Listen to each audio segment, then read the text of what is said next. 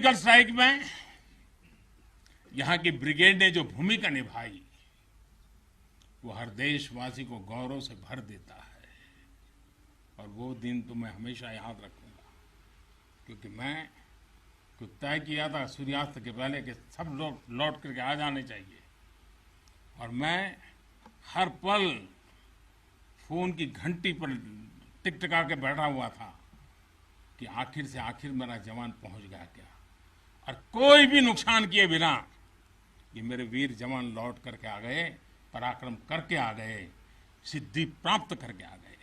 भारत माता की जय! भारत माता की जय! भारत माता की जय!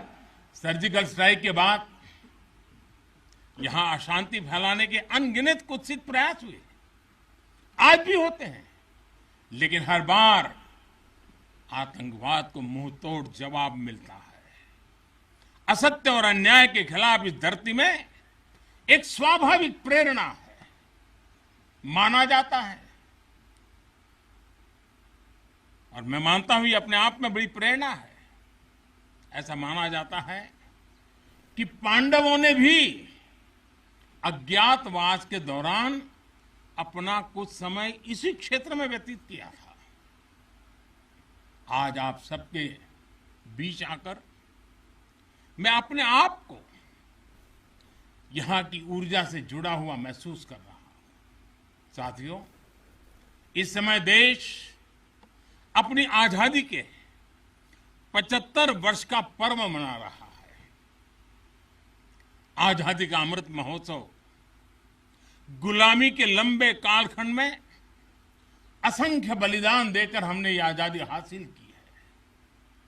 इस आजादी की रक्षा करने का दायित्व हम सभी हिंदुस्तानियों के सर पे है, हम सबकी जिम्मेवारी है।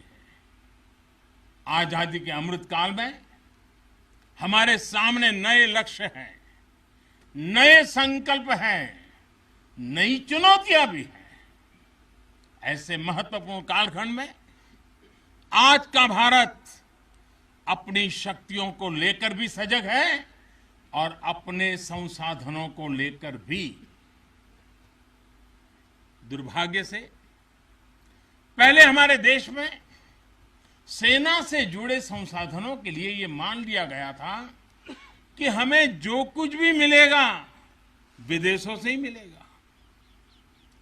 हमें टेक्नोलॉजी के मामले में झुकना पड़ता था, ज्यादा पैसे खर्च करने पड़ते थे, नए हथियार नए उपकरण खरीदने होते थे तो प्रक्रिया सालों साल चलती रहती थी। यानी एक अफसर फाइल शुरू करें, वो रिटायर हो जाए, तब तक भी चीज नहीं पहुंचती थी। ऐसा ही कालखंड था।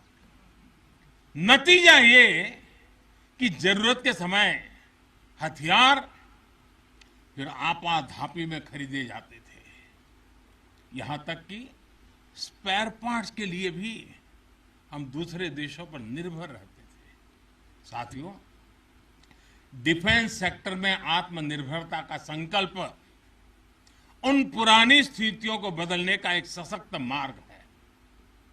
देश के रक्षा खर्च के लिए जो बजट होता है, अब उसका करीब 65% देश के भीतर ही खरीदी पर खर्च हो रहा है।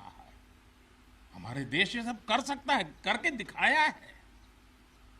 एक अभूतपूर्व कदम उठाते हुए अब भारत ने ये भी तय किया है कि 200 से ज्यादा साजो सामान और उपकरण अब देश के भीतर ही खरीदे जाएंगे। आत्मनिर्भर भारत का यही तो संकल्प है।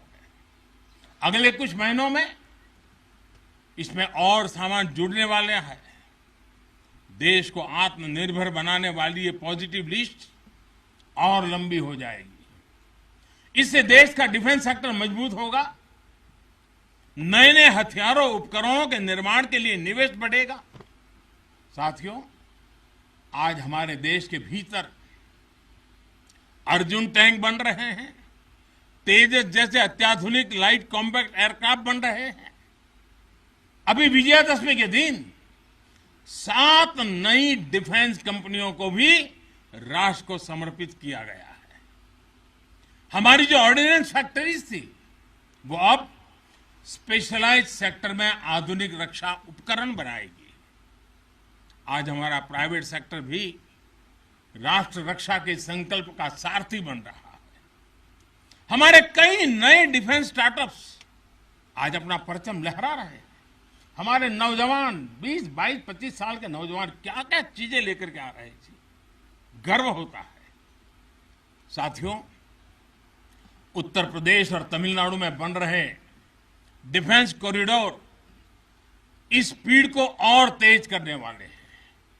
ये सारे कदम जो आज हम उठा रहे हैं वो भारत के सामर्थ्य के साथ साथ डिफेंस एक्सपोर्टर के रूप में हमारी पहचान को भी सशक्त करने वाले हैं।